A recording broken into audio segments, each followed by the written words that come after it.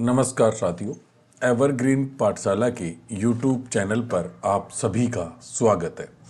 Indian geography में हम भारत के भौतिक प्रदेश पढ़ रहे थे और जो भारत के भौतिक प्रदेश हैं उसमें हमने चौथा भौतिक प्रदेश शुरू कर रखा था जिसका नाम था तटवर्ती मैदानी प्रदेश।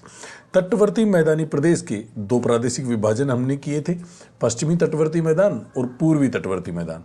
पश्चिमी तटवर्ती मैदान हमने पूरा पढ़ लिया था और आज हम शुरू करेंगे पूर्वी तटवर्ती मैदान। पिछली क्लास के अंत में मैंने आपसे सवाल पूछा था कि निम्न में से कौन सुमेलित नहीं है। आपके ऑप्शन थे कि कोच्चि बंदरगाह मालाबार तट पे है, कांडला बंदरगाह गुजरात तट पे है, न्यू बेंगलोर बंदरगाह कोंकण तट पे है और मुंबई बंदरगाह कोंकण तट पे। आपको इनमें से जो क्वेश्चन या जो आपका सही आंसर है वो मुझे कमेंट बॉक्स में बताना था। आपको दोबारा यही क्वेश्चन मैं दे रहा हूं, आप इसका आंसर मुझे कमेंट बॉक्स में जरूर बताएं। आज हम शुरू करेंगे पूर्वी तटवर्ती मैदानी प्रदेश। क्लास शुरू करने से पहले अपने सभी दोस्तों को ये क्लास शेयर कर दें ताकि सभी लोग इसका फ़ायदा उठा सकें। सभी जो कॉम्पिटिटिव एग्जाम है ना उसमें बहुत ही इंपॉर्टेंट है भारत के भौतिक प्रदेश। अब हम शुरू करेंगे पूर्वी तटवर्ती मैदानी प्रदेश। आप अपनी कॉपी पेन जो आपने ले रखा है उसमें हेडिंग डाल लीजिए पूर्वी तटवर्ती मैदानी प्रदेश। क्या? पूर्वी तटवर्ती मैदानी प्रदेश, इसे हम पूर्वी तटीय मैदान भी कहते हैं। ठीक है, पूर्वी तटीय मैदान या पूर्वी तटवर्ती मैदानी प्रदेश। एक बार आप मैप पर आइए, हमने एक मैप लिया था ना, एक बार में चले हम वहां।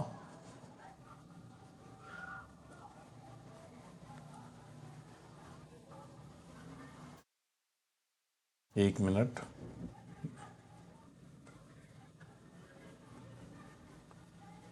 ये इस मैप पर आइए।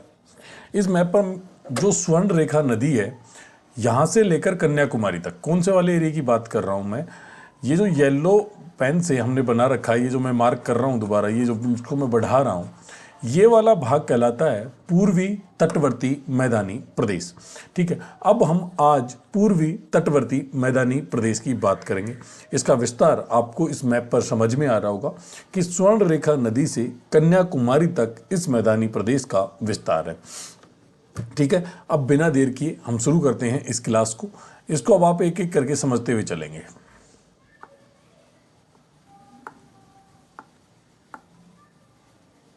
आइए हम हमारे पेज पे आ जाते हैं।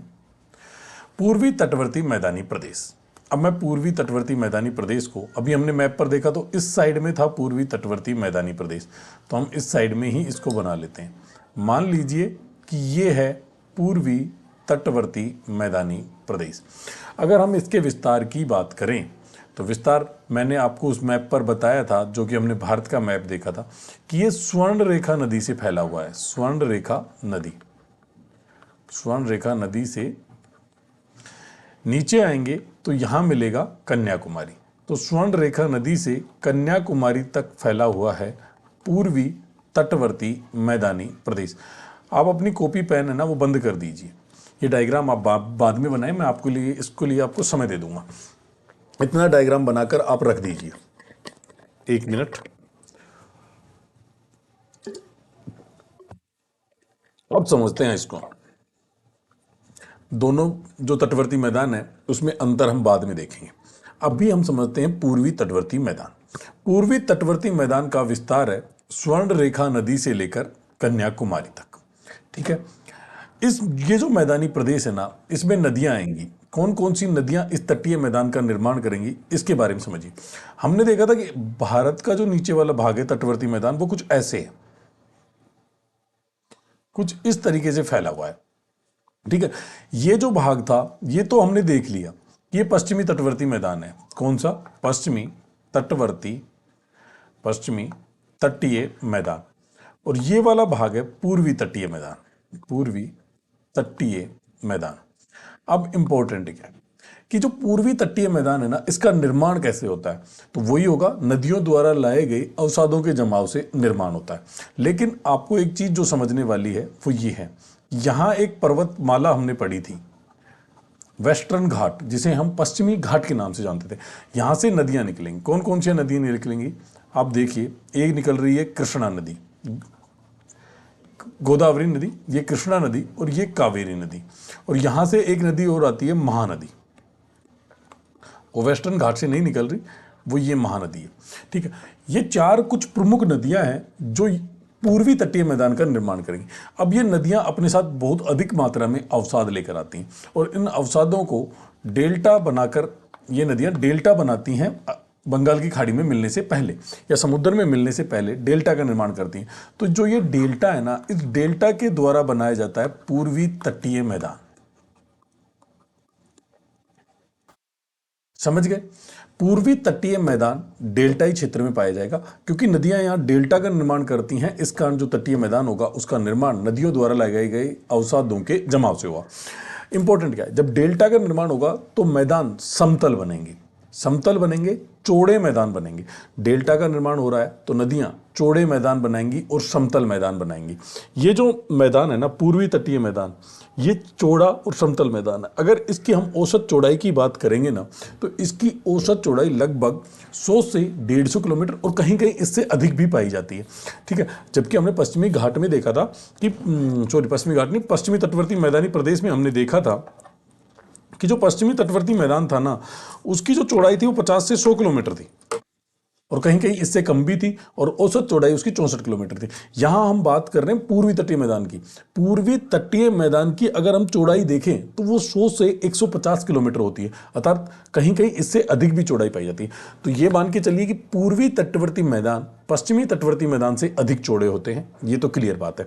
होते क्यों हैं? क्योंकि नदियां यहाँ डेल्टा का निर्माण करती हैं, और डेल्टा के निर्माण के कारण ये जो मैदान है, ये समतल और चौड़े मैदानों का यहाँ पर निर्माण होता है। ये थी प्रमुख बात। ठीक है, अभी मैं इस सबको मिटा देता हूं, क्योंकि ये सब तो हम थ्योरी में लिखेंगे।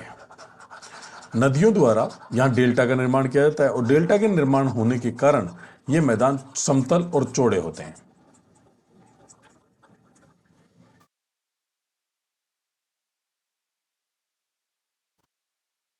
ये मैंने पूरा मिटा दिया, जो हम समझ चुके हैं जो चीजें। अब बात करते हैं हम कैसे मैदान होते हैं। ये मैदान होते हैं समतल चौड़े मैदान, समतल चौड़े मैदान। इंपॉर्टेंट क्या है, समझने की कोशिश करना आप सारी चीज़ों को एक एक करके। अब तक हमने दो ही चीज़ें समझी है पूर्वी तटवर्ती मैदान में। पहला हमने देखा कि जो पूर्वी तटवर्ती मैदान है, इसका विस्तार है स्वर्ण रेखा नदी से कन्याकुमारी तक, ये चीज़ समझी। फिर उसके बाद हमने देखा कि इनका निर्माण नदियों द्वारा लाए गए अवसादों से हुआ। ये तो हमने ओवरऑल तटवर्ती मैदान में ही समझा दिया था कि नदियों के द्वारा ही इनका निर्माण होता है। फिर हमने देखा कि जो तटवर्ती मैदान है ना, पूर्वी तटवर्ती मैदान, इसका निर्माण मुख्यतः कृष्णा, गोदावरी, कावेरी, महानदी जैसी नदियों द्वारा हुआ है, और ये नदियां समुद्र में मिलने से पहले डेल्टा का निर्माण करती हैं। डेल्टा के निर्माण के कारण ये जो तटीय मैदान है, इसकी चौड़ाई अधिक होती है, और ये प्राय समतल मैदान बनते हैं। ठीक है, अगर इनकी चौड़ाई की बात करें तो वो 100 से 150 किलोमीटर की चौड़ाई पाई जाती है, और कहीं कहीं इससे ज़्यादा भी चौड़ाई पाई जाती है। सॉरी, चौड़ाई हम यहां लिख देते हैं 100 से 150 किलोमीटर। आप समझ जाएंगे, शॉर्ट नोट्स हैं तो ये शॉर्ट नोट्स के रूप में आपको काम में आ जाएंगे। 100 से 150 किलोमीटर की चौड़ाई पूर्वी तटवर्ती मैदानी प्रदेशों की पाई जाती है। क्या क्या देखा हमने? अब तक हमने दो ही चीजें देखी हैं। एक तो हमने विस्तार देखा है, और दूसरा हमने देखा है कि इसकी औसत चौड़ाई क्या है। विस्तार की बात करें, जो पूर्वी तटवर्ती मैदान है, इसका विस्तार है स्वर्ण रेखा नदी से लेकर कन्याकुमारी तक। ये हमने क्लियरली पढ़ लिया।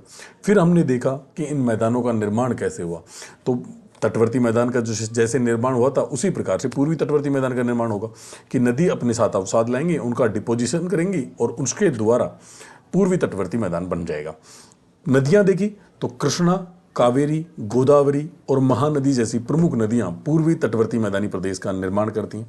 ये नदियां इस क्षेत्र में डेल्टा का निर्माण करती हैं।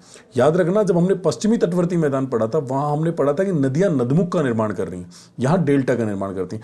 डेल्टा के निर्माण होने के कारण ये जो मैदान है ये प्राय समतल और चौड़े मैदान होते हैं। इनकी अगर चौड़ाई की बात की जाए तो 100 से 150 किलोमीटर की इनकी चौड़ाई पाई जाती है। उसके बाद एक शब्द आपको याद रखना है कि ये जो मैदान है ना, ये उन्मज्जन तट के उदाहरण है। कौन से तट के? उन्मज्जन तट के। ये जो न है याद है, उन्मज्जन तट के उदाहरण है, उन्मज्जन तट के उदाहरण है। और इसके साथ साथ आप एक चीज और याद रखेंगे कि बंदरगाह निर्माण की अनुकूल परिस्थितियां यहां नहीं पाई जाती। बंदरगाह निर्माण के अनुकूल नहीं, अनुकूल नहीं। ठीक है, हमने क्या पढ़ा? हमने पढ़ा कि पूर्वी जो तटवर्ती मैदान है ये उन्मज्जन तट का उदाहरण है और इसके साथ साथ ये समतल मैदान है। और जब समतल मैदान होगा तो यहाँ बंदरगाह निर्माण की, जो पोर्ट निर्माण की जो परिस्थितियां हैं वो अनुकूल नहीं होंगी। जैसे हमने देखा था पश्चिमी तटवर्ती मैदान ऊबड़ खाबड़ और पथरीला था, ठीक है, कहीं नीचा था, कहीं ऊंचा था, कहीं उठा हुआ था, तो वहां पर बंदरगाह निर्माण की अनुकूल परिस्थितियां पाई जाती। अगर इस क्षेत्र में हम देखेंगे ना, पूर्वी तटवर्ती मैदानी प्रदेश में, तो यहाँ हमें एक ही प्राकृतिक बंदरगाह मिलेगा, एक या मुश्किल से कोई छोटा बंदरगाह होगा तो कोई दूसरा मिलेगा, लेकिन सबसे प्रमुख जो प्राकृतिक बंदरगाह इस तट पर मिलता है, प्राकृतिक की बात कर रहा हूं, जो प्राकृतिक बंदरगाह इस तट पर है वो विशाखापट्टनम है। ये चीज हमें याद रखनी है। वो ये भी पूछ सकता है कि विशाखापट्टनम बंदरगाह कौन से मैदानी प्रदेश पर है, तो हमें याद रखना है पूर्वी तटवर्ती मैदान पर है। ठीक है, इस पर प्राकृतिक बंदरगाहों में सबसे प्रमुख बंदरगाह वही है। बाकी सभी जो बंदरगाह बनाए गए हैं वो कृत्रिम है, अर्थात उनका निर्माण किया गया है। अब बात करते हैं हम, बंदरगाह निर्माण की अनुकूल परिस्थितियां यहाँ नहीं पाई जाती, ये चीज देख ली। अब देखते हैं कि ये जो पूर्वी तटवर्ती मैदान है ना, पूर्वी तटवर्ती जो मैदान है इसका जो निर्माण होता है या इसका जो हम विभाजन करेंगे, निर्माण तो हमने समझ लिया, इसका जो विभाजन करेंगे तो नदियों के आधार पर इसे दो भागों में बांटा गया है। अब पहले हम नदियों के आधार पर पढ़ेंगे, फिर प्रादेशिक आधार पर पढ़ेंगे। तो पहले हम नदियों के आधार पर देखते हैं। नदियों के आधार पर पूर्वी तटवर्ती मैदानी प्रदेश को दो भागों में बांटा गया। कौन कौन से भागों में? तो ऊपर यहां आइए, देखिए, पेन बदल लेते हैं। ये ऊपर स्वर्ण रेखा नदी है और स्वर्ण रेखा नदी के बाद यहां नीचे आएंगे तो यहां एक नदी आएगी कृष्णा, कृष्णा नदी। अब आपको याद क्या रखना है, दो ही भाग हैं तो कृष्णा नदी दोनों में कॉमन होगी। ये तो आपसे पूछ ले कि कोरोमंडल तट का विस्तार कहां से कहां तक है, तो आपको पता होना चाहिए कि कृष्णा नदी तो उसमें आएगी आएगी। या पूछ ले उत्तरी सरकार का जो मैदान है या उत्तरी सरकार जो तटीय मैदान है उसका विस्तार कहां से कहां तक है, तो ये पता होना चाहिए कि वो कृष्णा नदी आएगी, क्योंकि ये दोनों भाग हैं पूर्वी तटवर्ती मैदान के। अब स्वर्ण रेखा नदी से कृष्णा नदी तक, स्वर्ण रेखा नदी से कृष्णा नदी तक विस्तार है उत्तरी सरकार तट का। कौन सा? उत्तरी सरकार तट, उत्तरी सरकार तट। अगर इसके विस्तार की हम बात करें तो यहां मैं डिवाइड कर देता हूं इसको इस वाले पेन से। ये मान लीजिए ओडिशा है और ये है आंध्र प्रदेश।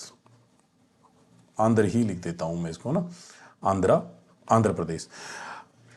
पहला तट हमने देख लिया। नदियों के आधार पर जब हमने पूर्वी तटवर्ती मैदानी प्रदेश का विभाजन किया तो उसमें पहला मैदान है उत्तरी सरकार तट। उत्तरी सरकार तट का जो विस्तार है वो स्वर्ण रेखा नदी से कृष्णा नदी तक है। फिर अगर विस्तार में देखें कौन कौन से राज्यों में आएगा, तो ओडिशा और आंध्र प्रदेश में इसका विस्तार है। दूसरा तट है कृष्णा नदी से लेकर कन्याकुमारी तक। ये जो तटवर्ती मैदान है इसको बोला जाता है कोरोमंडल तट, कोरोमंडल तट। और इसका विस्तार है, इसको फिर मैं दो भागों में बांट देता हूं।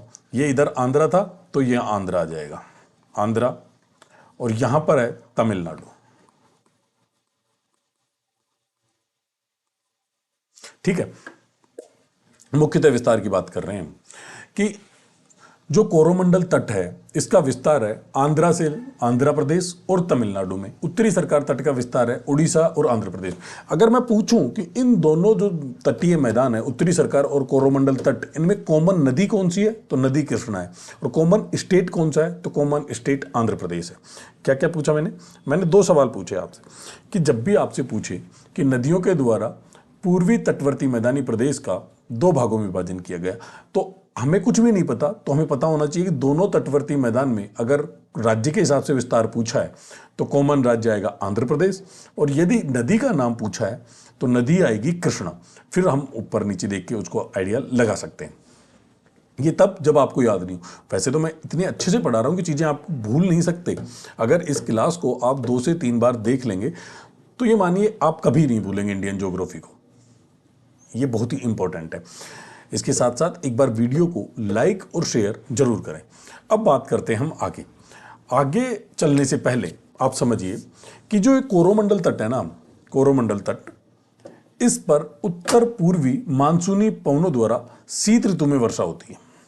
शीत ऋतु में वर्षा होती है इस वाले तट पर। यह क्वेश्चन बहुत बार पूछा गया है, इंपॉर्टेंट क्वेश्चन है, बहुत से एग्जाम में यह क्वेश्चन पूछा गया है। कोरोमंडल तट पर शीत ऋतु में वर्षा होती है, ऋतु में वर्षा, और पूछ ले कौन सा मानसूनी पवनों द्वारा होगी तो उत्तर पूर्वी मानसूनी पवन, मानसूनी पवने। इंपॉर्टेंट क्वेश्चन है, बहुत से एग्जाम में पूछा गया क्वेश्चन है। कोरोमंडल तट पर शीत ऋतु में वर्षा होती है और किससे होती है? उत्तरी पूर्वी मानसूनी पवनों से होती है। जो हमारा भारत है इसमें मुख्यतः जो बारिश होती है वो दक्षिण पश्चिम मानसूनी पवनों से होती है, लेकिन शीत ऋतु में हमारे यहाँ थोड़ी बहुत वर्षा होती है। जैसे राजस्थान की साइड में जब हम चलेंगे तो हमें मावठ मिलेगी, जो भूमध्य सागर से आने वाले पश्चिमी विक्षोभों के कारण होती है। वो तो हम राजस्थान की ज्योग्राफी में उसको डिटेल से पढ़ते हैं। जब भी अब हम जलवायु वाला टॉपिक पढ़ेंगे, मानसून वाला टॉपिक पढ़ेंगे, वहाँ इस चीज़ को भी डिटेल में पढ़ेंगे कि शीत ऋतु में कोरोमंडल तट पर उत्तरी पूर्वी मानसूनी पवनों द्वारा वर्षा कैसे होती है। ठीक है, अभी आपको केवल इतना ही याद रखना है। अगर ये क्वेश्चन आ जाए कि सीधा सीधा कि उत्तरी पूर्वी मानसूनी पवनें कौन कौन से तट पर वर्षा करती हैं? कोरोमंडल तट। कोरोमंडल तट का विस्तार आपको पता है आंध्र प्रदेश तमिलनाडु। यदि राज्य आ जाए और आंध्र प्रदेश तमिलनाडु दोनों ऑप्शन में है, जोड़ों में ही आएगा, ऐसे नहीं पेयर ही आएगा राज्यों का, ऐसे नहीं होगा कि कहीं भी आ जाएगा। ओडिशा आंध्र प्रदेश आ जाएगा, आंध्र प्रदेश तेलंगाना आ जाएगा, आंध्र प्रदेश तमिलनाडु हो जाएगा, ऐसे जोड़े में आएगा। तो जब पेयर में आएगा तो आंध्र प्रदेश तमिलनाडु, अगर सिंगल पूछा है तो तमिलनाडु। ठीक है, तमिलनाडु तो वहाँ आंध्र प्रदेश आपको ऑप्शन नहीं मिलेगा, तमिलनाडु ही मिलेगा। ये बात आप याद रखना। ठीक है, तो कोरोमंडल तट पर शीतकाल में वर्षा होती है उत्तर पूर्वी मानसूनी पवनों द्वारा, ये आपको याद रखना है। ये पूरा का पूरा है पूर्वी तटवर्ती मैदानी प्रदेश का सामान्य परिचय और उसका नदियों के आधार पर विभाजन। अब भी पहले हम इतना नोट कर लेते हैं, उसके बाद प्रादेशिक विभाजन और पढ़ेंगे पूर्वी तटवर्ती मैदान का। लिखना प्रारंभ कीजिए।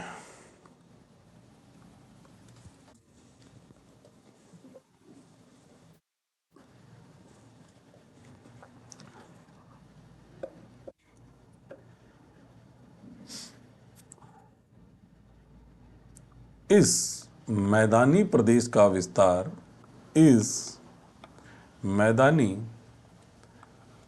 प्रदेश का विस्तार, इस मैदानी प्रदेश का विस्तार स्वर्णरेखा नदी से, स्वर्णरेखा नदी से, स्वर्णरेखा नदी से कन्याकुमारी तक, स्वर्णरेखा नदी से कन्याकुमारी तक, स्वर्णरेखा नदी से कन्याकुमारी तक, स्वर्णरेखा नदी से कन्याकुमारी तक है। पहला बिंदु क्लियर हो जाना चाहिए, सभी को क्लियर हो जाना चाहिए, कोई डाउट नहीं रहना चाहिए इस बिंदु पर।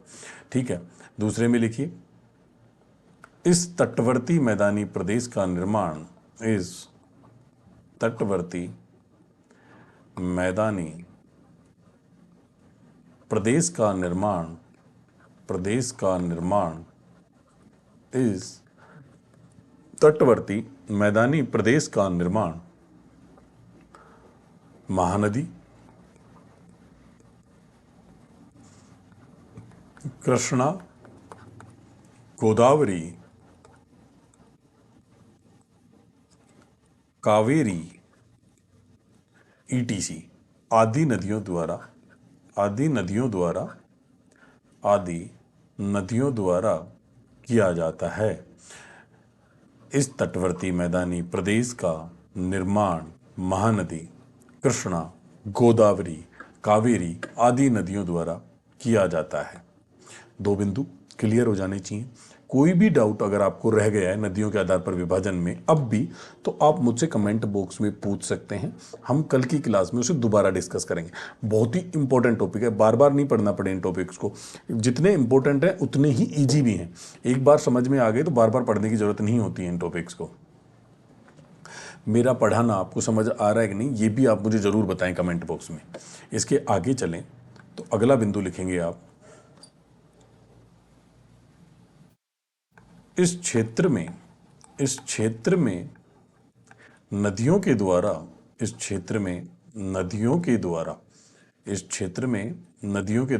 क्षेत्र से मतलब क्या है? पूर्वी तटवर्ती मैदानी प्रदेश या पूर्वी तटीय मैदान क्षेत्र में नदियों द्वारा डेल्टा का निर्माण किया जाता है।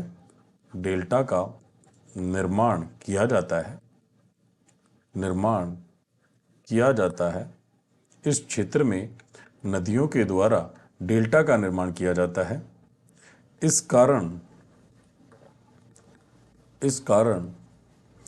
इन मैदानों की चौड़ाई अधिक होती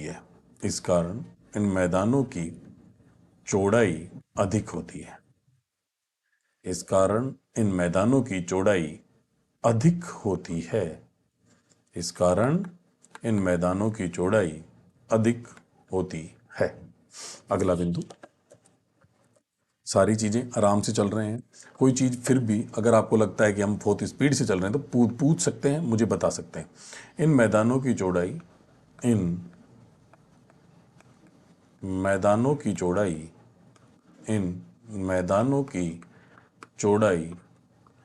100 से 150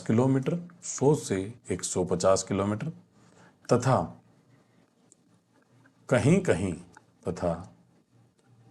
कहीं इन मैदानों की चौड़ाई 100 से 150 किलोमीटर तथा कहीं कहीं 150 किलोमीटर से तथा कहीं कहीं 150 किलोमीटर से अधिक भी पाई जाती है तथा कहीं कहीं 150 किलोमीटर से अधिक पाई जाती है। ठीक है, 4 बिंदु हुए हैं पूर्वी तटवर्ती मैदान में। चीजें सिस्टमेटिक ढंग से चल रही हैं। इनको इसी तरीके से आपको क्लासों को देखना हुआ। एक क्लास दूसरी क्लास से ऑटोमेटिक लिंक होगी। पिछले वाली क्लास के कुछ उदाहरण यहाँ दिए जाएंगे, तो पिछली क्लास को आप देखने के बाद ही इन क्लासों को देखें, तभी चीजें आपकी समझ में आएंगी। और जब आप कंटिन्यू देखेंगे ना, तभी टीचर के साथ आपका कन्वर्सेशन हो पाता है, उसके साथ आपकी ट्यूनिंग जुड़ पाती है। उसकी जो समझाने का तरीका है वो 2-3 क्लासें देखने के बाद ही समझ आता है। और जब आप एक बार टीचर से जुड़ते हैं ना, तो नया टीचर से एक बार लगता है कि हमें समझ नहीं आ रहा है, लेकिन धीरे धीरे जब आप एक दो क्लास देखेंगे तब आपको पता चलेगा कि वो बहुत अच्छे से हमें समझ में आ रहा है। और सबसे इंपॉर्टेंट क्या है, अगर कोई चीज़ आपने समझ ली तो उसको उसी टाइम रिमाइंड करने की जरूरत नहीं है। अगर आप उसी टाइम उसे सोचोगे ना, तो आपको कोई ना कोई बिंदु भूलोगे और आपको लगेगा कि आपको कुछ समझ नहीं आ रहा। कभी भी उसको पढ़ लो, फिर उसके ऊपर जो MCQ हैं या पिछली सालों में आए हुए क्वेश्चंस हैं ना, उनको करके देखो। जब आप उनको करके देखोगे ना, तब आपको समझ में आएगा कि वास्तव में आपने जो पढ़ा है वो आपको याद भी हुआ है और समझ भी आया है। आगे चलते हैं। यह तट उन्मज्जन तट का उदाहरण है।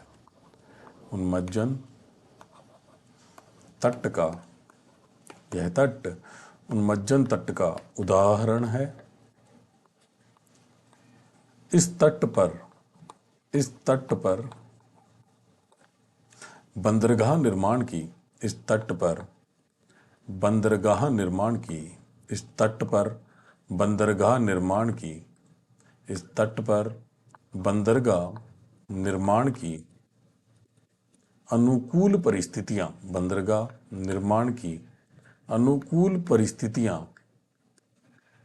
बंदरगाह निर्माण की अनुकूल परिस्थितियां नहीं पाई जाती हैं। इस तट पर बंदरगाह निर्माण की अनुकूल परिस्थितियां नहीं पाई जाती हैं। ये बात आपको याद रखनी है। इसके बाद आगे बढ़े, अगला बिंदु लिखेंगे, स्टार मार्क करके नई हेडिंग डालेंगे। नदियों के आधार पर, नहीं, एक बिंदु और लिखेंगे। पहले लिखिए, ये मैदान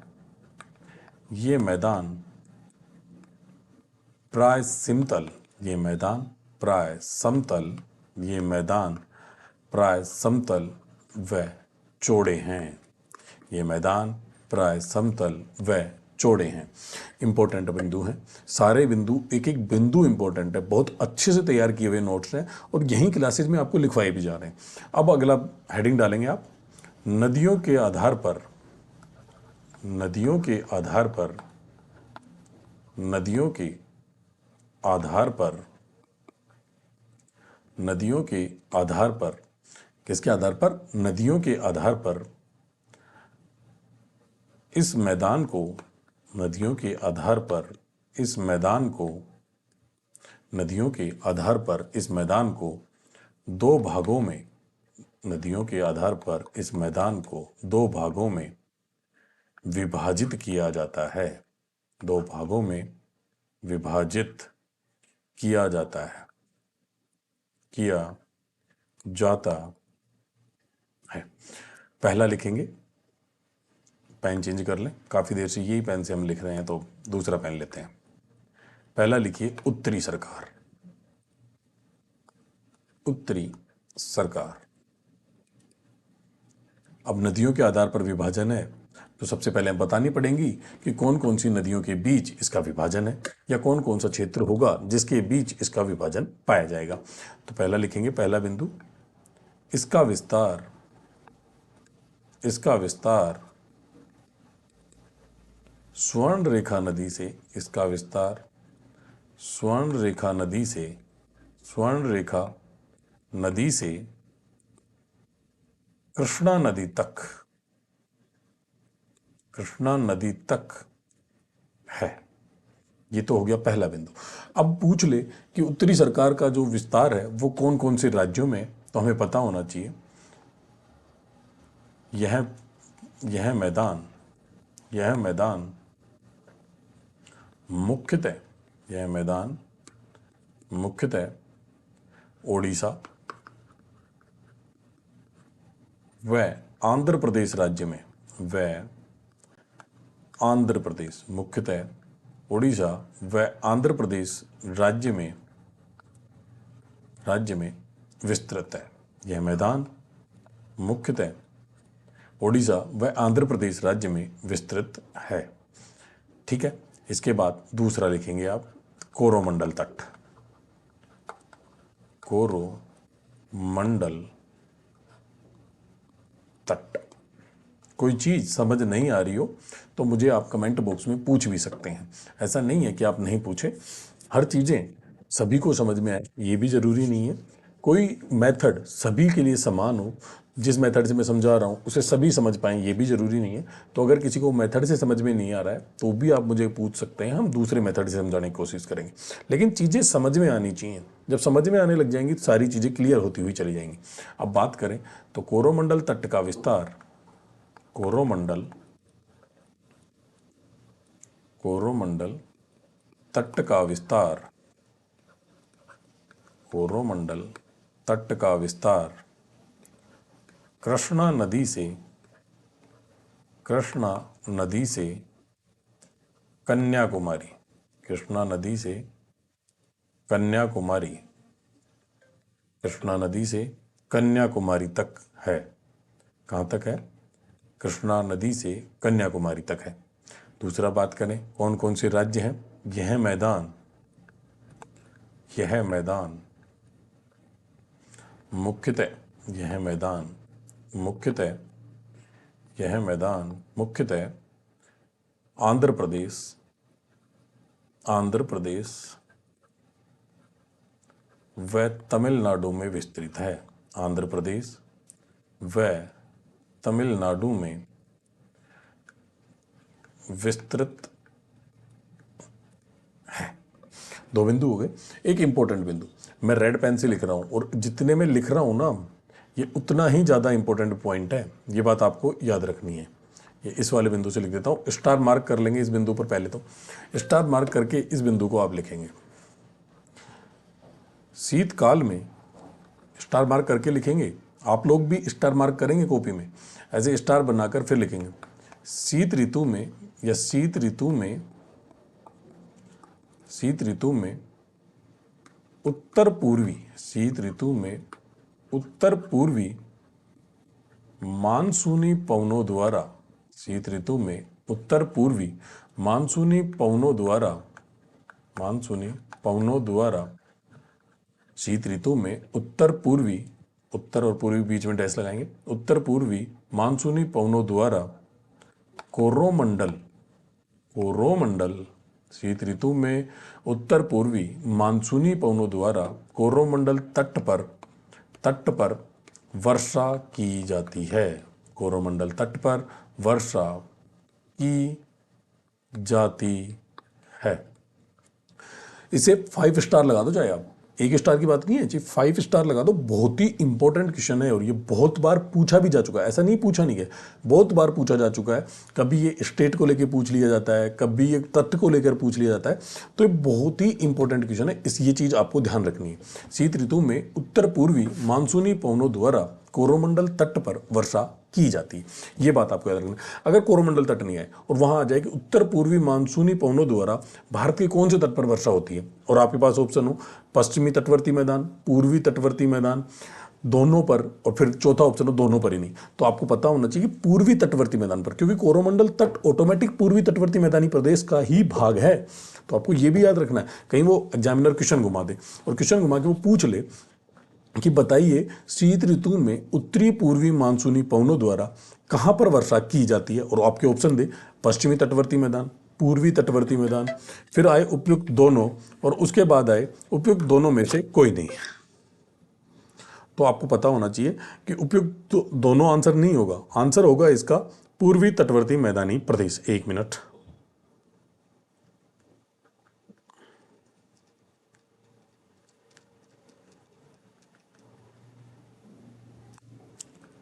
ठीक है, ये एक इंपॉर्टेंट क्वेश्चन था इस क्लास में जो कि आपको याद रखना है। बाकी इंपॉर्टेंट तो सारा ही है, लेकिन ये कुछ ज्यादा इंपॉर्टेंट था, इसलिए इस चीज को आप ध्यान रखें। अब हम बात करेंगे कि प्रादेशिक आधार पर इसे कितने भागों में विभाजित किया जाता है। 1 मिनट।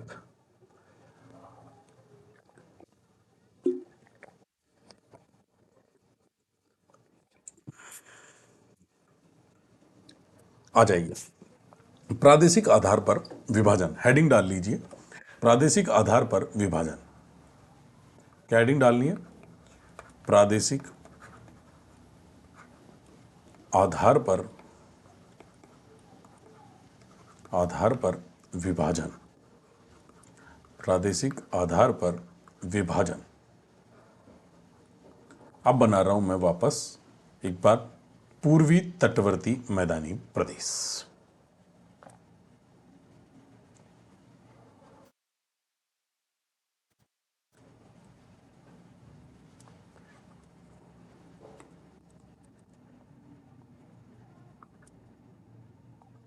थोड़ा बड़ा बना देते हैं ना।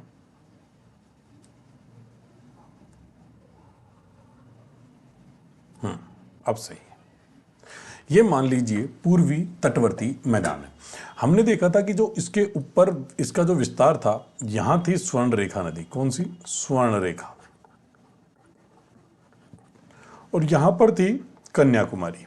नदी नहीं है, स्थान है कन्याकुमारी। इनके बीच में मुख्यतः जो विस्तार है वो, उसके लिए हमने 3 स्टेट देखे। 3 स्टेट तो आपको समझ आ गए होंगे। मैं इनका डिवाइडेशन कर देता हूं। ये मान लीजिए इससे ऊपर का है ओडिशा, ये है आंध्र प्रदेश, और इसके नीचे है तमिलनाडु। ठीक है, आपको क्या ध्यान रखना है, ये जो मैदानी प्रदेश है, पहला जो मैदानी प्रदेश है उसका नाम है उत्कल का तट। उत्कल तट। कौन सा? उत्कल तट। उत्कल तट। और अगर हम इसकी बात करें तो ये स्थान है ओडिशा। कौन सा मैदान है? उत्कल का मैदान। दूसरे की बात करें तो ये मैदानी भाग है आंध्रा मैदान। आंध्रा मैदान। और ये जो राज्य है उसका नाम है आंध्र प्रदेश। आंध्र प्रदेश। ठीक है, मुख्यतः विस्तार की बातें चल रही हैं। अब इसके बाद बात करें तो इसके बाद ये है तमिलनाडु मैदान। या तमिलनाडु का मैदान, तमिलनाडु का मैदान, और इसका विस्तार है तमिलनाडु राज्य में। ठीक है, यह है इसका प्रादेशिक विभाजन। अब हम यहां कुछ नहीं समझेंगे, एक एक विभाजन को उठाएंगे और उसके बारे में बात करेंगे। ठीक है, कौन सी नदी वहां आती है, किसके द्वारा, कौन कौन सी वहां पर लैगून झीलें हैं, कौन कौन से स्थान हैं, कौन कौन से बंदरगाह हैं, इन सब की बातें अब हम एक एक तट को लेकर चलेंगे, उस पर करेंगे। अगर आप ये बनाना चाहो तो बना लो, नहीं तो सीधा लिख दो प्रादेशिक आधार पर विभाजन और वहां 3 बिंदु लिख दो, उत्कल तट, आंध्रा का मैदान और तमिलनाडु मैदान। और मैं कहूँगा ऐसे बना लो, क्योंकि जब हम नोट्स को ऐसे बना लेते हैं ना तो चीज़ें ज़्यादा अट्रैक्टिव हो जाती हैं और हम उन्हें अच्छे से देख पाते हैं। हमें लगता है कि हाँ कुछ डिजाइनिंग चीज़ लिखी हुई है तो हम उसको ज़्यादा फोकस करके देखते हैं, और जब थ्योरी लिखी होती है तो हमें लगता है कि किताबी लैंग्वेज है, हम उसको सरसरी नज़र से पढ़ लेते हैं। लेकिन जब भी हम किसी चीज़ को मैप पर देखेंगे या डायग्राम बनाकर देखेंगे तो चीज़ें ज़्यादा अच्छे से याद रहती हैं। अब हम आगे चलते हैं और पहला तट लेते हैं। पहला तट है उत्कल का मैदान या उत्कल तट। ठीक है, उत्कल का मैदान, उत्कल का मैदान, ये तो हमने देख ही लिया कि इसका विस्तार कहाँ है। ठीक है, ये मान लीजिए उत्कल का मैदान है, ऐसे ही बना लेते हैं, ये उत्कल का मैदान हो गए। ठीक है, अब हम यहां पर क्या देखते हैं, सबसे पहले किस नदी के द्वारा इसका निर्माण किया जाएगा, तो मैं ये नदी लेके आ रहा हूं। ये मान लीजिए कि नदी है जिसके द्वारा इसका निर्माण हो रहा है और इस नदी का नाम है महानदी। तो उत्कल का जो मैदान है उसका निर्माण करती है महानदी। महानदी यहाँ पर डेल्टा बनाती है और उसके द्वारा निर्माण होता है उत्कल के मैदान का। ये तो हो गया पहला बिंदु। दूसरा बिंदु हम देखते हैं कि इसका विस्तार, तो हमें पता चला इसका विस्तार ओडिशा में है। ठीक है, 2 बिंदु क्लियर हो गए उत्कल के मैदान में। तीसरी बात करते हैं, यहाँ पर एक जगह है यहाँ पर एक जगह है बालासोर। तो मान लेते हैं कि ये वो जगह है जिसको हम बालासोर बोलेंगे। ये जगह है बालासोर, और बढ़ा लेते हैं, कोई जरूरी नहीं बहुत, अपने को तो खाली समझने के पर्पज से तो बनाना है, छोटा क्यों बनाए बालासोर। और इसे बोलते हैं भारत की मिसाइल नगरी। क्या है ये भारत की मिसाइल नगरी है, मिसाइल नगरी। ठीक है, इसके उत्तरी भाग में जब हम चलेंगे तो वहां हमें एक तट मिलेगा और उस तट का नाम है चांदीपुर तट। ये मान लीजिए वो तट है और इस तट का नाम है चांदीपुर तट, चांदीपुर तट। इस तट के बारे में क्या खास बात, ये जो चांदीपुर तट है ना, चांदीपुर तट पर जब निम्न ज्वार, उच्च ज्वार और निम्न ज्वार दोनों सुनने होंगे। उच्च ज्वार के समय तो पानी ऊपर की तरफ चढ़ता है धरातल पर, निम्न ज्वार का जब समय होता है तो तट का जो पानी है ना वो बहुत अधिक पीछे हट जाता है, अर्थात जो समुद्र का पानी है वो तट से बहुत अधिक पीछे हट जाता है। ये हमें याद रखना है। निम्न ज्वार के समय चांदीपुर तट से जो पानी है वो बहुत अधिक मात्रा में पीछे हट जाता है, ये बात हमें याद रखनी है। उत्तरी साइड में मिलेगा चांदीपुर तट। ठीक है, आगे बात करते हैं हम। यहां पर एक झील है, लैगून झील है, और उस झील का नाम है, भारत की सबसे बड़ी झील है ये। कौन सी झील है? भारत की सबसे बड़ी झील है इस तटवर्ती क्षेत्र में। ठीक है, इस तटवर्ती क्षेत्र में कौन सी झील है, तो हम झील बनाते हैं पहले। ये मान लीजिए कि वो झील है और इस झील का नाम है चिल्का झील। कौन सी झील है? चिल्का झील, चिल्का झील। कितनी चीजें क्लियर हो गई, यहां आपको झील भी क्लियर हो गई है। अगर आपसे कोई पूछ ले कि चिल्का झील की लोकेशन कहाँ है या कौन से स्टेट में है, तो हमें पता होनी चाहिए चिल्का झील ओडिशा में है। ठीक है, ये बात आपको याद रखनी है। चिल्का झील नून खार झील है, अर्थात ना तो ज्यादा खारी है और ना कम खारी है, मतलब मीडियम है, सामान्य खारी झील है चिल्का झील। ये याद रखनी, भारत की सबसे बड़ी लैगून झील है। एक 2 बंदरगाह हमें याद रखने। कौन कौन से बंदरगाह इस पर पाए जाएंगे, तो 2 पोर्ट यहां पाए जाएंगे और पोर्ट को बना देता हूं मैं ग्रीन वालों से, दोनों पोर्ट में ग्रीन से बना देता हूं। ये मान लीजिए कि आप पारादीप बंदरगाह है, पारादीप पोर्ट। ठीक है, और दूसरा मैं बना देता हूं इस साइड में, ये भी आपको याद रखना है, और ये है धामरा, धामरा पोर्ट। 2 यहां पर हमने पोर्ट देख लिए। कौन कौन से पोर्ट देखे? पहला देखा हमने, पहला पोर्ट कौन सा देखा, तो पहला पोर्ट हमने देखा पारादीप पोर्ट और दूसरा देखा हमने धामरा। ये दोनों बंदरगाह हैं, ठीक है। अब मैं ये पोर्ट वाला एरिया हटा देता हूँ क्योंकि हमें कम से कम चीज़ें यहाँ पर लिखनी है। तो ये पारादीप और धामरा बंदरगाह यहाँ पर पाए जाते हैं। अब इसके बात करें तो एक छोटा सा द्वीप आता है और उस द्वीप का नाम है व्हीलर द्वीप। द्वीप को मैं लिख देता हूँ इस वाले पेन से। ये मान लीजिए कि वो हमने लिख दिया व्हीलर द्वीप। व्हीलर द्वीप, और व्हीलर द्वीप क्या है? भारत का मिसाइल परीक्षण केंद्र है। यहाँ पर मिसाइल परीक्षण आएगा नहीं, पूरा तो लिखा ही नहीं जाएगा, कोई नहीं, ये हम उस डिटेल में लिखवा देंगे, है ना। तो ये व्हीलर द्वीप यहां पर स्थित है। इस मैदान में हमने क्या क्या पढ़ा? पूरा का पूरा पढ़ा दिया मैंने आपको। जो अब हम थ्योरी लिखेंगे वो पूरी की पूरी मैंने पढ़ा दी है। सबसे पहले हमें पता होना चाहिए कि उत्कल के मैदान का निर्माण महानदी द्वारा किया जाता है। कौन सी नदी इसका निर्माण करेगी? महानदी निर्माण करेगी। फिर हमें पता होना चाहिए कि उत्कल का जो मैदान है इसका विस्तार ओडिशा राज्य में है। 2 बिंदु हो गए। तीसरा बिंदु है, इस तटवर्ती क्षेत्र में पारादीप बंदरगाह और धामरा बंदरगाह स्थित है। 3 बिंदु हो गए। चौथा बिंदु है, इस तटवर्ती मैदान के उत्तरी भाग में चांदीपुर तट स्थित है। चांदीपुर तट स्थित है जहां पर निम्न ज्वार के समय जल बहुत अधिक पीछे हट जाता है। 4 बिंदु हो गए। 5वां बिंदु है बालासोर। बालासोर एक द्वीप है। इस तटवर्ती क्षेत्र में एक द्वीप है बालासोर, जिसे भारत की मिसाइल नगरी कही जाती है, ठीक है। इसके बाद 5 बिंदु हो गए। छठा बिंदु, इस तटवर्ती क्षेत्र में भारत की सबसे बड़ी लैगून झील चिल्का झील स्थित है, ठीक है। ये बिंदु आपको सारे के सारे देखने, यही बिंदु आपको उत्कल के मैदान में याद रखने। कोई बिंदु यदि अब भी आपको समझ नहीं आया है तो आप मुझसे दोबारा पूछ सकते हैं, ठीक है। नहीं तो लिखना प्रारंभ कीजिए। अब आप पहला बिंदु लिखिए।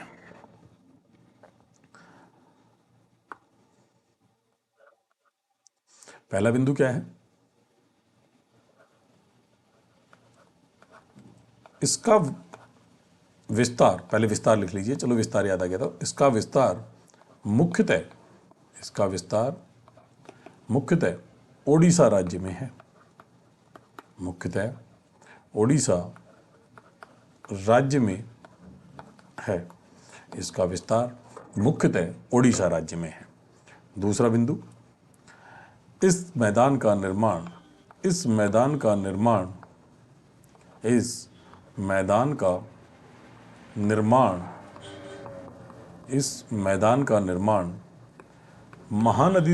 जाता है।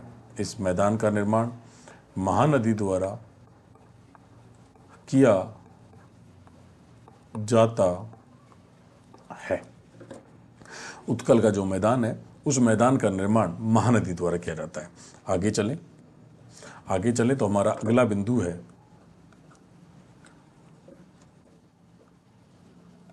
इस तटवर्ती क्षेत्र में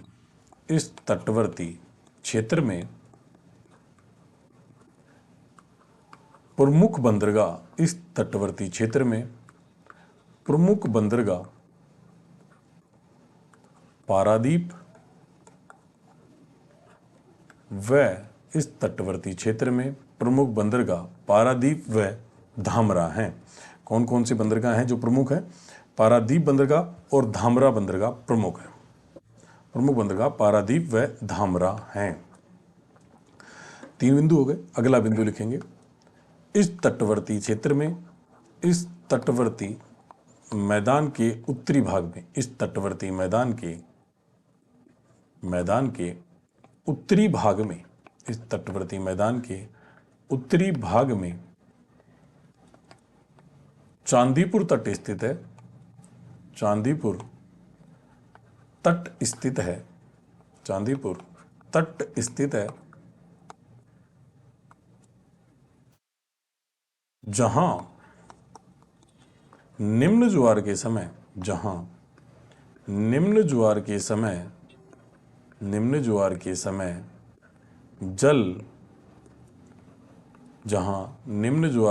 जल बहुत अधिक पीछे हट जाता है। जहां निम्न ज्वार के समय जल बहुत अधिक पीछे हट जाता है। समझ गए? 4 बिंदु हो चुके हैं। चीजें क्लियरली आपको समझ आ रही होंगी। फिर भी कोई डाउट हो तो आप मुझसे दोबारा पूछ सकते हैं, इस तटवर्ती क्षेत्र में, इस तटवर्ती क्षेत्र में बालासोर द्वीप है। इस तटवर्ती क्षेत्र में बालासोर, इस तटवर्ती क्षेत्र में बालासोर द्वीप स्थित है। बालासोर द्वीप स्थित है। इस तटवर्ती क्षेत्र में बालासोर द्वीप स्थित है, जो कि भारत की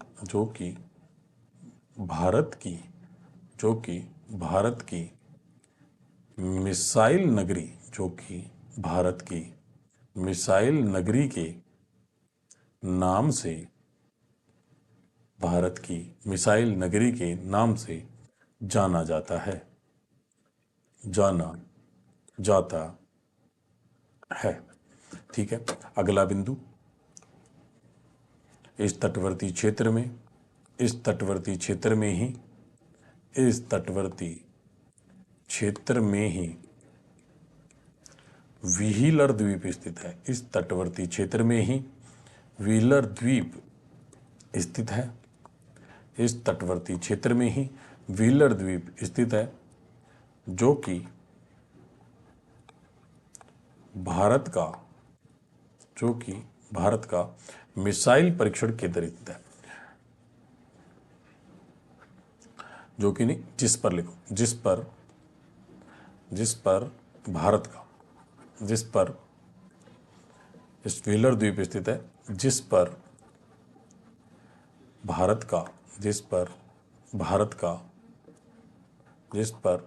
का मिसाइल परीक्षण केंद्र, जिस पर भारत का मिसाइल परीक्षण केंद्र स्थित है, जिस पर भारत का मिसाइल परीक्षण केंद्र स्थित है, जिस पर भारत का मिसाइल परीक्षण केंद्र स्थित है। चीजें समझ आई? यदि समझ नहीं आ रही तो आप मुझे बताएं कि आपको कौन सा बिंदु समझ नहीं आया है, तो हम उस पर दोबारा डिस्कशन करेंगे। ठीक है, अंतिम बिंदु इसमें लिखेंगे, इस तटवर्ती क्षेत्र में, इस तटवर्ती क्षेत्र में, इस तटवर्ती क्षेत्र में भारत की, इस तटवर्ती क्षेत्र में भारत की सबसे बड़ी, भारत की सबसे बड़ी, इस तटवर्ती क्षेत्र में भारत की सबसे बड़ी लैगून झील चिल्का झील स्थित है। इस तटवर्ती क्षेत्र में भारत की सबसे बड़ी लैगून झील चिल्का झील स्थित है। इस तटवर्ती क्षेत्र में भारत की सबसे बड़ी लैगून झील चिल्का झील स्थित है। समझ गए? ये था पहला प्रादेशिक विभाजन। अब हम बात करते हैं दूसरे प्रादेशिक विभाजन की। टॉपिक या हेडिंग डालिए, आंध्रा का मैदान। आंध्रा का मैदान। ये मान लीजिए,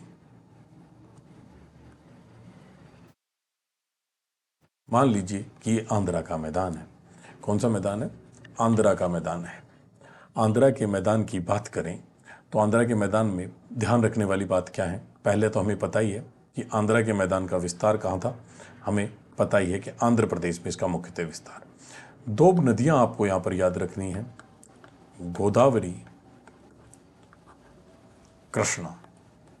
गोदावरी, कृष्णा, इन दो नदियों के द्वारा आंध्रा के मैदान का निर्माण किया जाता है। इस क्षेत्र में, इस तटवर्ती क्षेत्र में ये जो डेल्टा बनाएंगी कृष्णा और गोदावरी नदियां, यहाँ पर झीलें पाई जाएंगी और इन झीलों को, ये जो डेल्टा बनेगा ना, उन डेल्टाई क्षेत्र में ही झीलें बनेंगी और उन डेल्टाई क्षेत्र में जो झीलें बनती हैं उन्हें बोलते हैं कोलेरू। तो ये कोलेरू झीलें यहाँ पर बनती हैं। कौन सी झीलें? कोलेरू झीलें। कोलेरू झीलें। और ये कोलेरू जो झीलें होती हैं ये मीठे पानी की होती हैं। कौन सी? मीठे पानी की झीलें होती हैं कोलेरू झीलें। ठीक है, अब बात करते हैं आगे। इसी तटवर्ती मैदानी क्षेत्र में एक लैगून झील भी पाई जाती है और उस लैगून झील का नाम है पुल्लिकट। तो एक झील यहीं बना देते हैं ताकि दोनों चीज़ें हम यहीं सिस्टमेटिक ढंग से क्लियर करते हुए चलें।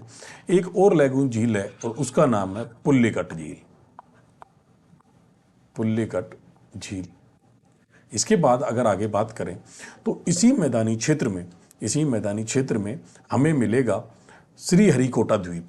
कौन सा द्वीप मिलेगा? श्रीहरिकोटा द्वीप मिलेगा। पैन बदल लेते हैं और इससे बना देते हैं हम श्रीहरिकोटा द्वीप को। तो यहाँ मिलेगा, ऐसे नहीं, फिर ऐसे झीलें याद आएंगे आप। ये मान लीजिए हमने बना दिया श्रीहरिकोटा द्वीप। श्रीहरिकोटा द्वीप,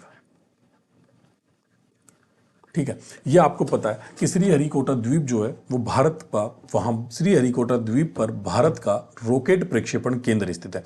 आप सभी को पता है ये चीज़, बार बार बताने वाली बातें नहीं है। श्रीहरिकोटा द्वीप पर भारत का रॉकेट प्रक्षेपण केंद्र स्थित है जिसका नाम है सतीश धवन अंतरिक्ष केंद्र। अब आपको यहाँ पर दो बंदरगाह याद रखने हैं, ठीक है। एक बंदरगाह का नाम तो आपको लगभग मुंह पे ही रहता है और उस बंदरगाह का नाम हम यहाँ लिख देते हैं, ठीक है। इस बंदरगाह का नाम है विशाखापट्टनम। कौन सा? विशाखापट्टनम। ये मान लीजिए विशाखापट्टनम बंदरगाह हो गया, विशाखापट्टनम, है ना। विशाखापट्टनम बंदरगाह हो गया। और दूसरे बंदरगाह को मैं बना देता हूं यहां पर, और इस बंदरगाह का नाम है काकीनाडा। काकीनाडा। कौन सा बंदरगाह? ये मान लीजिए कि काकीनाडा बंदरगाह है। काकीनाडा। ये टोटल चीजें हमें पढ़नी है आंध्रा के मैदान में। क्या क्या चीजें देखी हमने देखा कि इसका विस्तार आंध्र प्रदेश में है। किन नदियों के द्वारा इसका निर्माण होता है? तो कृष्णा और गोदावरी नदियों के द्वारा निर्माण होता है। कृष्णा और गोदावरी नदियां जो डेल्टा बनाती हैं, उन डेल्टाई क्षेत्र में कोलेरू झीलें पाई जाती हैं जो कि मीठे पानी की झीलें हैं। इसके बाद इस तटवर्ती क्षेत्र में ही एक लैगून झील पाई जाती है जिसे पुल्लिकट के नाम से जाना जाता है। अगर इन आंध्रा के मैदान की बात करें तो यहाँ पर विशाखापट्टनम और काकीनाडा प्रमुख बंदरगाह हैं, और इसी में तटवर्ती मैदान में श्रीहरिकोटा द्वीप स्थित है जो कि जिस पर भारत का रॉकेट प्रक्षेपण केंद्र सतीश धवन अंतरिक्ष केंद्र स्थित है। ये सारी चीजें हमने पढ़ी टोटल की टोटल आंध्रा के मैदान में। अब इनको एक एक बिंदु वाइज हम लिखते हुए चलते हैं, ठीक है। तो इसमें इस पेज पर क्या लिखेंगे? अगले पेज से लिखना शुरू करते हैं। लिखिए, पहला बिंदु लिखेंगे आप। पेन बदल लेता हूं। पहला बिंदु लिखें। पहला बिंदु हमने क्या देखा? इसका विस्तार आंध्र प्रदेश राज्य में है। इसका विस्तार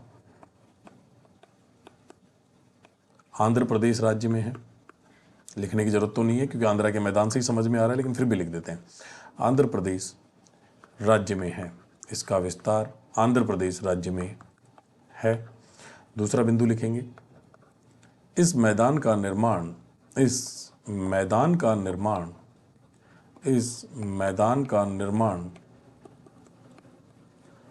कृष्णा व गोदावरी नदी द्वारा किया जाता है। कृष्णा व गोदावरी नदी द्वारा किया जाता है।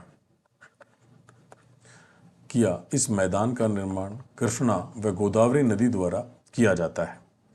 अगला बिंदु, कृष्णा व गोदावरी डेल्टा में कृष्णा व गोदावरी द्वारा बनाए गए कृष्णा व गोदावरी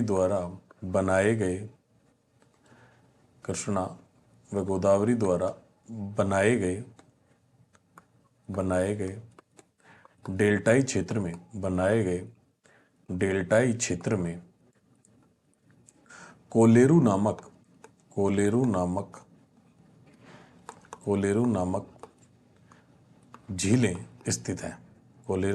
झीलें स्थित हैं जो कि मीठे पानी की झीलें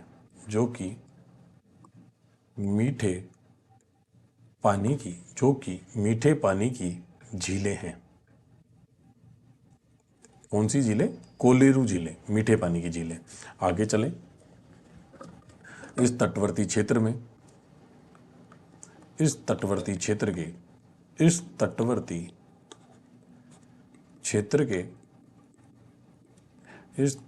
क्षेत्र के प्रमुख बंदरगाह प्रमुख बंदरगाह, इस तटवर्ती क्षेत्र के प्रमुख बंदरगाह विशाखापट्टनम, विशाखापट्टनम, इस तटवर्ती क्षेत्र के प्रमुख बंदरगाह विशाखापट्टनम व काकीनाडा हैं। इस तटवर्ती क्षेत्र के प्रमुख बंदरगाह विशाखापट्टनम व काकीनाडा हैं। आगे बात करें तो अगला बिंदु, इस तटवर्ती क्षेत्र में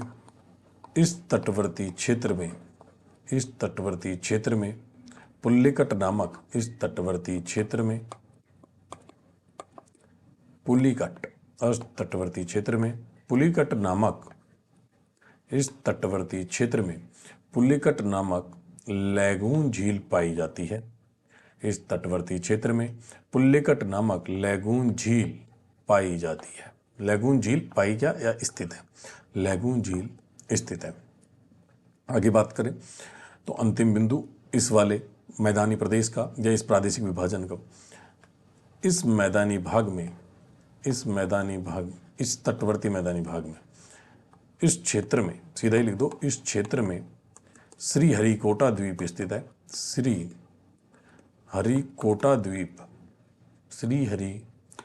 द्वीप स्थित है, जिस पर भारत का रॉकेट प्रक्षेपण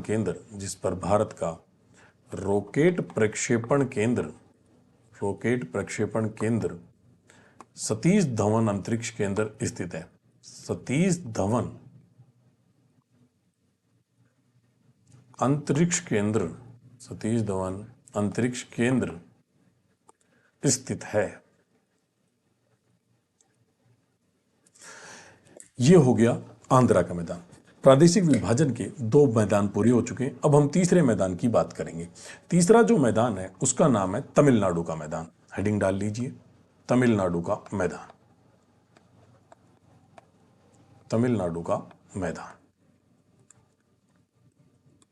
तमिलनाडु के मैदान में ज़्यादा कुछ चीज़ें हमें समझने लायक है नहीं, फिर भी ये मान लीजिए तमिलनाडु का मैदान है। ठीक है, ये तमिलनाडु का मैदान है और तमिलनाडु के मैदान में जो निर्माण करेगी उस प्रमुख नदी का हम नाम लिखते हैं, तो वो प्रमुख नदी है कावेरी। तो कावेरी नदी द्वारा तमिलनाडु के मैदान का निर्माण किया जाता है। ये जो मैदानी भाग है ना, ये चावल की खेती के लिए उपयोगी है, ये चावल की खेती के लिए जाना जाता है। तमिलनाडु का जो मैदान है इसमें चावल की खेती खूब की जाती है। 1 मिनट, ठीक है, चावल की खेती की जाती है, इसलिए इस मैदानी भाग को दक्षिण भारत का खाद्यान्न का कटोरा कहते हैं।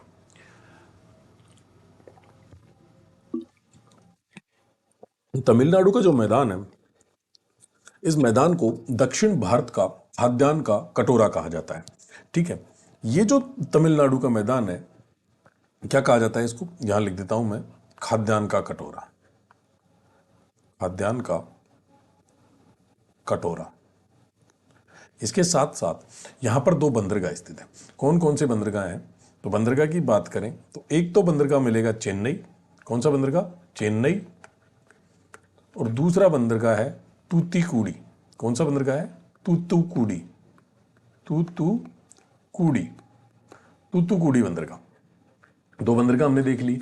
इसके बाद ये जो मैदान है ना, यहां पर शीत ऋतु में वर्षा प्राप्त होती है, जो कि मैंने वहां समझा दिया था आपको, पूरा का पूरा समझाया था। शीत ऋतु में वर्षा, शीत ऋतु में वर्षा पूरा मैंने आपको वहां समझा रखा। शीत ऋतु में वर्षा का मतलब क्या है, बोले थोड़ी हो, या दोबारा समझाना पड़ेगा। आज की क्लास में समझाया था कोरोमंडल तट पर। तो शीत ऋतु में वर्षा, कोरोमंडल तट का अगर कोई प्रतिनिधित्व करेगा प्रादेशिक विभाजन में, तो सर्वाधिक उपयुक्त तमिलनाडु का मैदान है। ठीक है, तो शीत ऋतु में वर्षा होती है इस तमिलनाडु के मैदान में।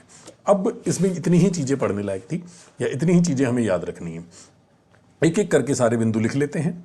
ठीक है, लिखना शुरू करें।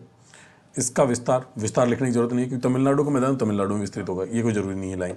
अब लिखिए, इस मैदान का निर्माण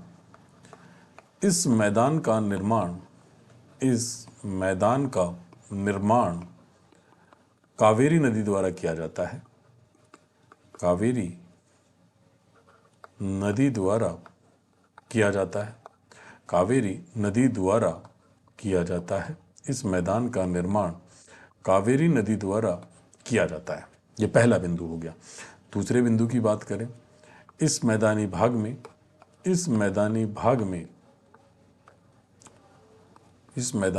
में चावल की कृषि की जाती है। इस मैदानी भाग में चावल की कृषि की जाती है। चावल की कृषि की जाती है। 2 बिंदु क्लियर हो गए। तीसरा लिखेंगे, इस मैदानी भाग को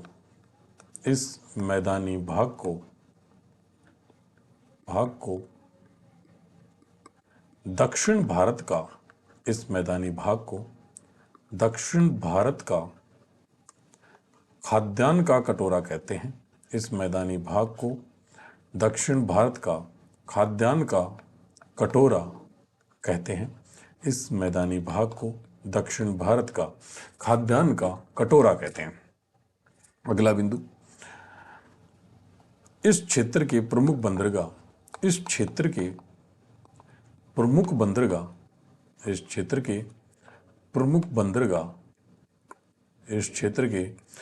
बंदरगाह चेन्नई व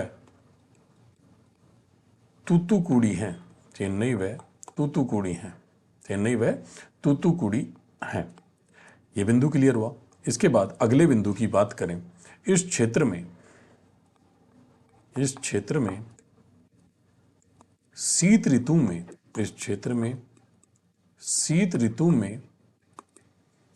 उत्तर पूर्वी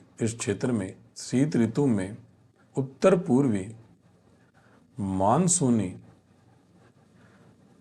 पवनों द्वारा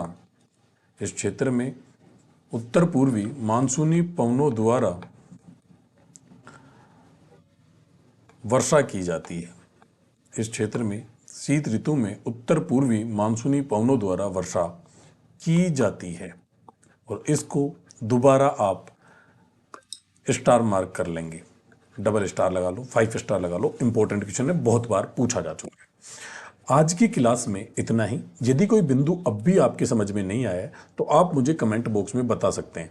कल की क्लास में जब हम पश्चिमी तटवर्ती मैदान और पूर्वी तटवर्ती मैदान में अंतर पढ़ेंगे और उसके बाद द्वीपीय प्रदेश जब हम शुरू करेंगे तो वहाँ हम दोबारा डिस्कस कर लेंगे। उसके बाद भी अगर यदि आप कभी क्लास लेते हैं तो जब भी आप क्लास लें और कोई बिंदु आपको समझ नहीं आए तो आप मुझे कमेंट बॉक्स में बता सकते हैं। कोई दिक्कत नहीं है, हम उस पर दोबारा चर्चा करेंगे। ठीक है, चलिए मिलते हैं कल की क्लास में। थैंक यू, धन्यवाद।